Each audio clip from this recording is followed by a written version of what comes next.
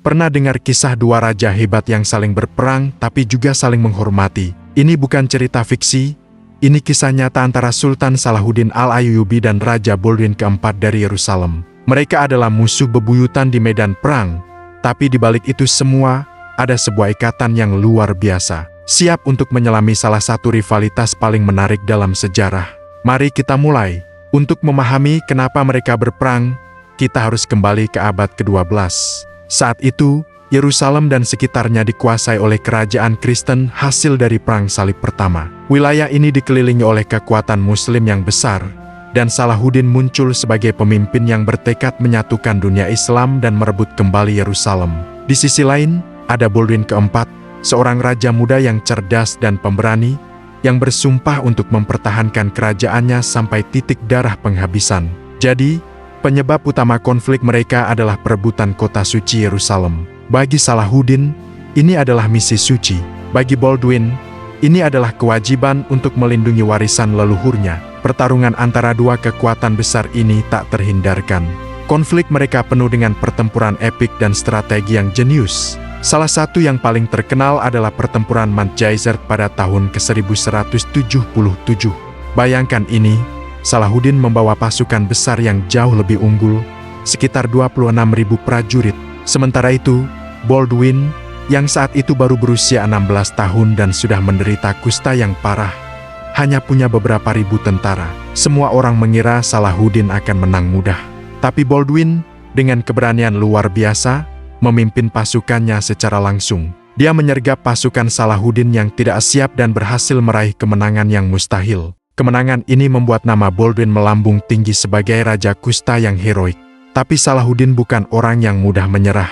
Dia belajar dari kekalahannya. Beberapa tahun kemudian, situasi berbalik. Salahuddin berhasil memenangkan pertempuran-pertempuran penting lainnya. Salah satu momen krusial terjadi saat pengepungan benteng Kerak. Baldwin, meskipun kondisi kustanya semakin parah dan harus ditandu, tetap memimpin pasukannya untuk mematahkan pengepungan Salahuddin. Dia datang untuk melindungi pernikahan di dalam benteng. Melihat kedatangan Baldwin, Salahuddin memerintahkan pasukannya untuk tidak menyerang menara tempat pengantin baru itu berada, sebagai tanda penghormatan. Ini menunjukkan betapa kompleksnya hubungan mereka. Mereka bertarung sengit, tapi tetap ada rasa hormat di antara keduanya. Nah, disinilah ceritanya menjadi sangat menarik. Di tengah perang yang berkecamuk, ada sebuah persahabatan yang unik di antara mereka. Ini bukan persahabatan seperti kita nongkrong bareng teman, ya. Ini adalah rasa saling menghormati yang mendalam antara dua satria. Mereka berdua adalah pemimpin yang hebat,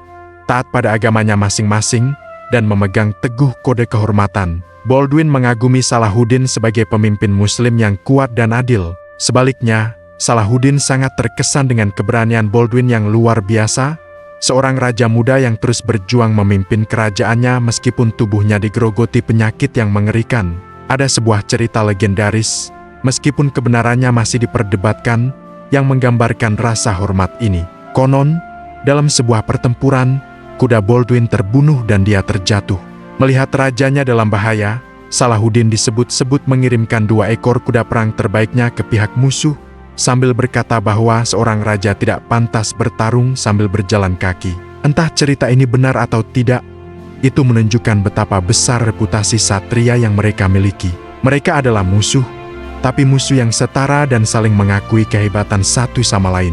Inilah yang membuat kisah mereka begitu abadi. Lalu, siapa pemenangnya? Pertanyaan ini agak rumit. Selama Baldwin masih hidup, Salahuddin tidak pernah bisa merebut Yerusalem. Baldwin, dengan segala keterbatasannya, berhasil mempertahankan kerajaannya hingga akhir hayatnya. Dalam konteks ini, bisa dibilang Baldwin tidak pernah terkalahkan secara langsung oleh Salahuddin. Dia meninggal pada tahun 1185 di usia 24 tahun, meninggalkan kekosongan kepemimpinan yang besar di kerajaan Yerusalem. Setelah Baldwin wafat, situasi berubah drastis. Para penerusnya tidak sekompeten dan seberani dia. Mereka membuat kesalahan fatal yang dimanfaatkan dengan baik oleh Salahuddin. Puncaknya adalah pada pertempuran Hattin tahun ke-1187. Salahuddin meraih kemenangan telak yang menghancurkan sebagian besar kekuatan militer kerajaan Yerusalem. Kemenangan ini membuka jalan baginya untuk akhirnya menaklukkan Yerusalem beberapa bulan kemudian. Jadi, bisa dikatakan, Pemenang akhir dari konflik ini adalah Salahuddin. Dia berhasil mencapai tujuan utamanya, yaitu merebut kembali Yerusalem. Namun, kemenangan itu baru bisa diraih setelah musuh bebuyutannya yang paling dihormati, Raja Baldwin, tiada. Sebagai penutup, kisah Salahuddin dan Baldwin adalah cerminan dari kompleksitas sejarah. Ini bukan cerita hitam putih tentang baik melawan jahat. Ini adalah kisah tentang dua pemimpin besar yang terikat oleh takdir untuk saling berhadapan. Baldwin adalah seorang pahlawan tragis, seorang raja muda yang cemerlang yang hidupnya dipersingkat oleh penyakit. Namun keberaniannya berhasil menahan salah satu jenderal terhebat dalam sejarah. Sementara itu, Salahuddin adalah seorang pemimpin yang sabar, strategis, dan penuh kehormatan, yang pada akhirnya berhasil mencapai tujuannya yang telah lama diimpikan. Rivalitas mereka bukanlah tentang kebencian, melainkan tentang tugas, kehormatan, dan rasa hormat yang langka di medan perang. Kisah mereka mengajarkan kita bahwa bahkan di tengah konflik yang paling sengit sekalipun, kemanusiaan dan rasa saling menghargai bisa tetap ada. Pernahkah kalian membayangkan dua raja besar dari dua kubu yang saling berperang, tapi di saat yang sama, mereka saling menaruh hormat yang luar biasa? Ini bukan cerita fiksi, ini adalah kisah nyata antara Salahuddin Al-Ayyubi, sang Sultan Mesir dan Suriah, dan Baldwin keempat, sang Raja Yerusalem yang dijuluki Raja Kusta. Cerita mereka dimulai di tengah panasnya konflik perebutan Tanah Suci. Baldwin, seorang pemuda Eropa yang naik takhta di usia yang sangat belia, sudah menunjukkan bakat militer yang luar biasa. Tapi takdir berkata lain. Di usia remajanya, ia didiagnosis menderita kusta, sebuah penyakit yang pada masa itu dianggap sebagai kutukan dan sangat mengerikan. Penyakit ini perlahan menggerogoti tubuhnya, membuatnya mati rasa dan lemah. Banyak yang meremehkannya, berpikir kerajaannya akan segera runtuh, tapi mereka salah besar. Di sisi lain, ada Salahuddin, seorang pemimpin muslim yang karismatik dan jenius dalam strategi. Tujuannya satu, menyatukan dunia Islam dan merebut kembali Yerusalem dari tangan pasukan salib. Salahuddin adalah sosok yang ditakuti sekaligus dihormati, bahkan oleh musuh-musuhnya. Ia dikenal adil, murah hati, dan menepati janji. Konflik antara keduanya tak terhindarkan. Pertempuran pertama yang paling terkenal adalah pertempuran Manjaizer pada tahun ke-1177. Saat itu, Baldwin baru berusia 16 tahun. Pasukannya kalah jumlah secara telak dibandingkan pasukan Salahuddin yang jauh lebih besar. Semua orang mengira ini akan menjadi akhir bagi kerajaan Yerusalem. Salahuddin sendiri sangat percaya diri akan menang mudah. Namun, dengan tubuh yang mulai digerogoti penyakit, Baldwin memimpin pasukannya dari garis depan. Dalam sebuah manuver yang brilian dan penuh keberanian, pasukan Baldwin yang kecil berhasil menyerang dan menghancurkan pasukan Salahuddin yang tidak siap. Kemenangan ini begitu mengejutkan dunia. Salahuddin sendiri nyaris tidak bisa lolos dari pertempuran itu. Kekalahan ini menjadi pelajaran berharga baginya. Sejak saat itu, Salahuddin tidak pernah lagi meremehkan sang raja muda yang sakit-sakitan itu. Ia sadar, di balik tubuh yang rapuh, ada semangat pejuang yang membara. Hubungan mereka tidak hanya sebatas pedang dan perisai. Ada sebuah persahabatan unik yang terjalin melalui rasa hormat. Salahuddin sangat mengagumi ketabahan dan keberanian Baldwin. Bayangkan, seorang raja yang tahu hidupnya tak akan lama, yang setiap hari menahan sakit luar biasa, tetap berdiri tegak memimpin rakyat dan pasukannya di medan perang. Rasa hormat inilah yang membuat Salahuddin seringkali menawarkan bantuan. Ada sebuah kisah yang sangat menyentuh. Ketika Salahuddin mendengar bahwa Baldwin sedang sakit parah, ia mengirimkan dokter pribadinya untuk memeriksa dan merawat Baldwin. Bukan hanya itu, ia juga mengirimkan buah-buahan segar dan es yang diambil dari gunung sebagai hadiah untuk meredakan demam sang raja. Ini adalah sebuah gestur yang luar biasa di tengah perang. Tindakan ini menunjukkan sisi kemanusiaan Salahuddin yang melampaui batas agama dan permusuhan. Baldwin pun membalas rasa hormat itu. Meskipun mereka musuh bebuyutan, ia selalu mengakui kehebatan Salahuddin sebagai seorang pemimpin. Ada semacam pemahaman tak terucap di antara mereka. Keduanya adalah raja, keduanya memikul beban berat di pundak mereka, dan keduanya berjuang untuk apa yang mereka yakini. Lalu, siapa pemenangnya? Secara militer, hasilnya beragam. Baldwin memenangkan pertempuran Manjaizer, sementara Salahuddin memenangkan pertempuran-pertempuran lainnya. Namun, jika kita bicara soal pemenang dalam konteks yang lebih luas, ceritanya menjadi lebih kompleks. Penyakit kusta akhirnya mengalahkan tubuh Baldwin. Ia meninggal dunia pada tahun 1185 di usia 24 tahun. Kepergiannya menjadi kehilangan besar bagi kerajaan Yerusalem. Tanpa kepemimpinan Baldwin yang kuat dan jenius, kerajaan itu mulai goyah dan terpecah belah dari dalam. Para bangsawan saling berebut kekuasaan, membuat pertahanan mereka menjadi lemah. Melihat kesempatan ini, 2 tahun setelah kematian Baldwin, Salahuddin melancarkan serangan besar-besaran. Puncaknya adalah pertempuran Hattin pada tahun ke-1187. Kali ini, tanpa Baldwin di pucuk pimpinan, pasukan salib mengalami kekalahan total. Kemenangan telak di Hattin membuka jalan bagi Salahuddin untuk merebut kembali kota suci Yerusalem. Saat Salahuddin berhasil menaklukkan Yerusalem, dunia menahan napas. Banyak yang khawatir akan terjadi pembantaian balasan atas apa yang dilakukan pasukan salib saat pertama kali merebut kota itu puluhan tahun sebelumnya. Tapi Salahuddin menunjukkan kelasnya sebagai seorang pemimpin besar. Ia melarang pasukannya melakukan kekerasan. Ia mengizinkan penduduk Kristen untuk meninggalkan kota dengan aman setelah membayar tebusan yang ringan. Bagi mereka yang tidak mampu membayar, Salahuddin bahkan membebaskannya dengan uang dari kantong pribadinya. Ia memastikan tempat-tempat suci Kristen tetap terjaga. Sikapnya ini membuatnya semakin dihormati di seluruh dunia, baik oleh kawan maupun lawan. Jadi, meskipun Salahuddin pada akhirnya berhasil mencapai tujuannya untuk merebut Yerusalem, kemenangan itu terjadi setelah rival terberatnya, Baldwin, tiada. Banyak sejarawan berpendapat, jika saja Baldwin hidup lebih lama, mungkin sejarah perang salib akan sangat berbeda. Mungkin Salahuddin tidak akan pernah bisa merebut Yerusalem. Pada akhirnya, kisah Salahuddin dan Baldwin bukan hanya tentang perang dan kemenangan. Ini adalah kisah tentang kemanusiaan di tengah konflik. Kisah tentang dua pemimpin besar yang, meskipun terpisahkan oleh keyakinan dan tujuan, mampu melihat dan menghormati kehebatan satu sama lain. Baldwin adalah simbol ketabahan luar biasa melawan takdir yang kejam, sementara Salahuddin adalah contoh kepemimpinan yang agung, yang menggabungkan kekuatan militer dengan belas kasih. Mereka berdua adalah pemenang dalam caranya masing-masing. Warisan mereka mengajarkan kita bahwa bahkan di saat-saat tergelap sekalipun, rasa hormat dan kemanusiaan bisa bersinar terang. Pernah dengar cerita tentang dua raja agung yang saling berperang tapi juga saling menghormati? Ini bukan dongeng, tapi kisah nyata antara Salahuddin Al-Ayyubi, Sultan Mesir dan Suriah, dengan Baldwin IV Raja Yerusalem yang dijuluki Raja Kusta. Cerita mereka jauh lebih kompleks daripada sekadar musuh di medan perang. Ini adalah kisah tentang persaingan, kehormatan, dan sebuah persahabatan yang aneh di tengah kobaran perang salib. Jadi, apa sih yang bikin mereka bentrok? Penyebab utamanya tentu saja perebutan Yerusalem, kota suci bagi tiga agama besar.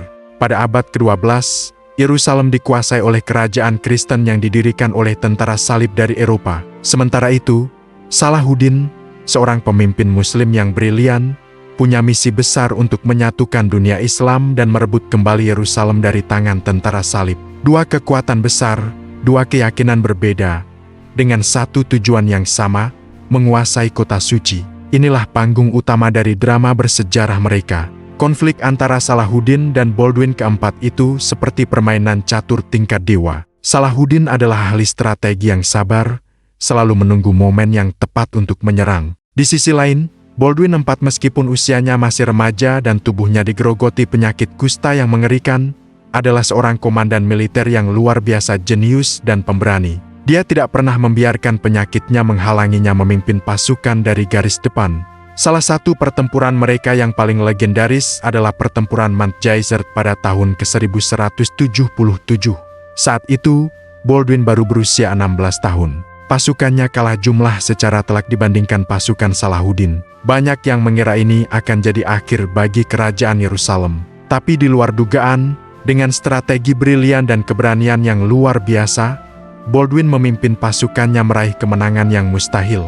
Kemenangan ini membuat Salahuddin sangat terkejut sekaligus menaruh hormat yang mendalam pada raja muda itu. Dia sadar, lawannya kali ini bukanlah orang sembarangan.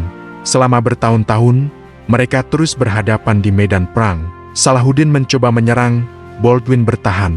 Baldwin melancarkan serangan kejutan, Salahuddin membalas. Mereka saling menguji kekuatan dan kecerdasan masing-masing. Tapi di tengah semua pertumpahan darah itu, tumbuh benih-benih rasa hormat yang unik. Nah, Ini bagian yang paling menarik, persahabatan di antara musuh. Mungkin persahabatan bukan kata yang paling tepat, tapi lebih kerasa saling menghormati yang luar biasa.